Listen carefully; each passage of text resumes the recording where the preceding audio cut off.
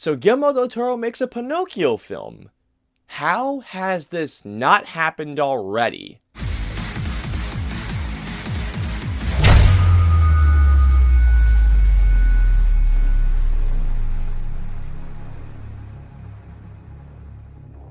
So Guillermo del Toro's Pinocchio, or Pinocchio, is a new stop-motion animation directed by Guillermo del Toro, but it's also co-directed by Mark Gustafsson. In the film, we follow Geppetto, voiced by David Bradley, who, after he loses someone very, very close to him, he builds a wooden boy that comes to life after a magical wish, giving him a chance to care after this child. Alrighty guys, so let's get into Guillermo del Toro's Pinocchio. Excellent! Guillermo del Toro is one of my favorite filmmakers of all time. The way that that man is able to bring a story to life, but with his touch, I feel like a lot of filmmakers are not able to do. And the fact that it was also a stop-motion animated film, I mean, yeah, count me in. You already had me in knowing it was Guillermo del Toro making it, but it was stop-motion. Sold! Just to let you guys know, before I continue on, I have not seen Robert Zemeckis' Pinocchio just yet, although I do plan on seeing it very, very soon, even though I've been hearing terrible things about it, but do count on that film review being on my late reviews around 2022, so just stay tuned for that. I'm so happy to report that Guillermo del Toro's Pinocchio is an absolutely incredible film in every single way possible. The voice acting all around is terrific. Ewan McGregor in this film I absolutely loved as Jiminy Cricket. There are scenes in this movie where Jiminy Cricket is about to do something, and what happens afterwards had me dying. I was laughing so hard. The relationship that he has with Pinocchio in this film, that was just so darn sweet. There is a scene in this movie where he just lets it out, and my god, to say that I was emotional is a bit of an understatement. David Bradley is Geppetto, yes, the same David Bradley who portrayed Filch in the Harry Potter films.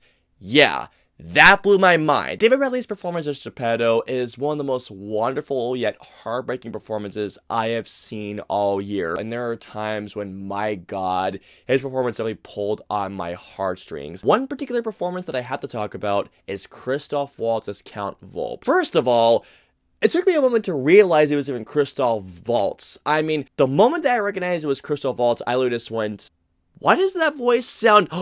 Christoph Waltz's performance as Count Volp is easily his best performance since Django Unchained. Now, do not get me wrong, guys. I enjoyed his performance in Big Eyes, but this performance was so good. It is right out there with his performance in Django Unchained. There is a scene in this movie where Christoph Waltz is bringing on the full menace in his character, and I just went, God dang, what an actor! I could spend ages talking about how great the performances are. I mean, Ron Perlman's in this movie, Tilda Swinton's in it, not to mention as well that Tim Blake Nelson's in the film. Yes, the cast here is great. There is one more performance I have to mention, and that is Gregory Mann as Pinocchio. He gives such an endearing and wonderful, and a performance that just, when you hear his voice, you're just gonna be going like, oh my god, he's adorable! Gregory Mann gives a performance that's full of so much grace, wonder, childlike innocence, and when you get to certain parts of this movie where, you know, when certain things may happen, again, pulled on the heartstrings to say the least. When it goes down to the directing of this movie, I have to give credit where credit is due. Not only did Guillermo del Toro make this film, but it was also co-directed by Mark Gustafsson, and I thought for his directorial debut, him working with Guillermo del Toro, he did a great job of this movie. But if I have to be honest with you guys, though, this movie, you can feel from the starting moment of this movie, this is a Guillermo del Toro directed film, and my god, Guillermo del Toro did something special with Pinocchio this time around. I could be completely wrong for what I've been hearing, so please correct me if I'm wrong here. I've been hearing that Guillermo del Toro had been wanting to make this movie for a long time.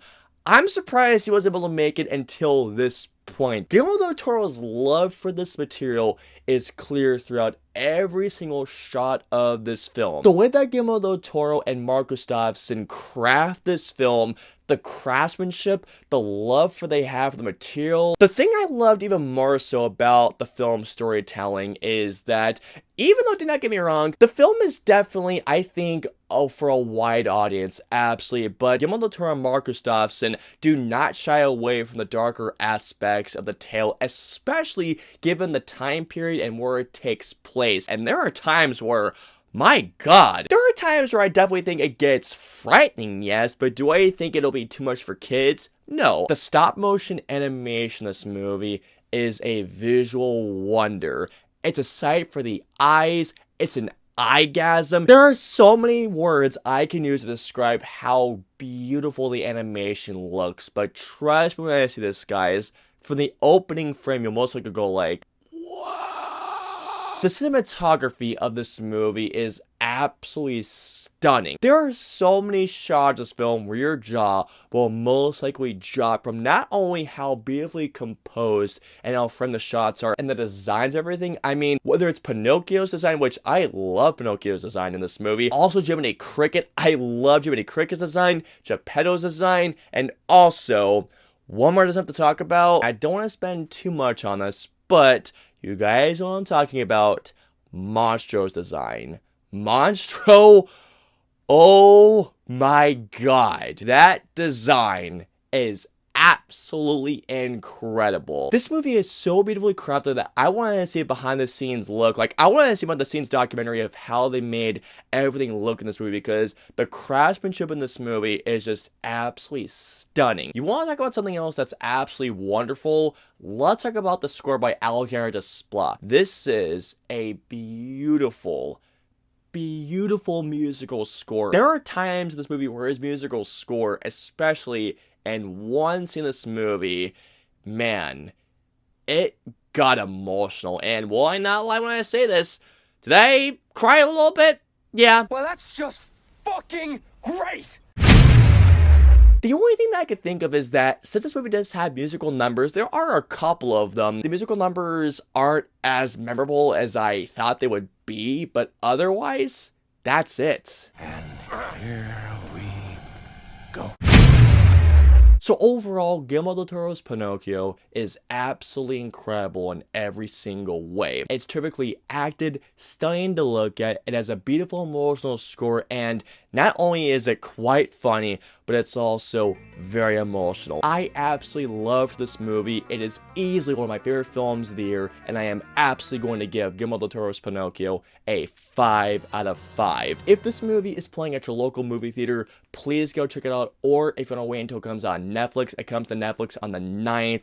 Watch this movie, guys. It is a beautiful film. So comment down below and let me know. Have you guys seen Guillermo del Toro's Pinocchio? What do you all think? Let me know below. If you guys want to follow me on social media, I'm on Facebook, Twitter, Instagram, and Twitch. I'm also on Snapchat. So if you guys want to follow me on all those social media platforms, all the links in the username in the description below. I hope you all enjoyed my review of Guillermo del Toro's Pinocchio. If so, please hit that like button, also subscribe, and don't forget that notification bell for my latest review goes live. If you guys want to see any of my previous 2 reviews, please click either right there or right there. And of course, until my next review or video goes live, I will see you all next time.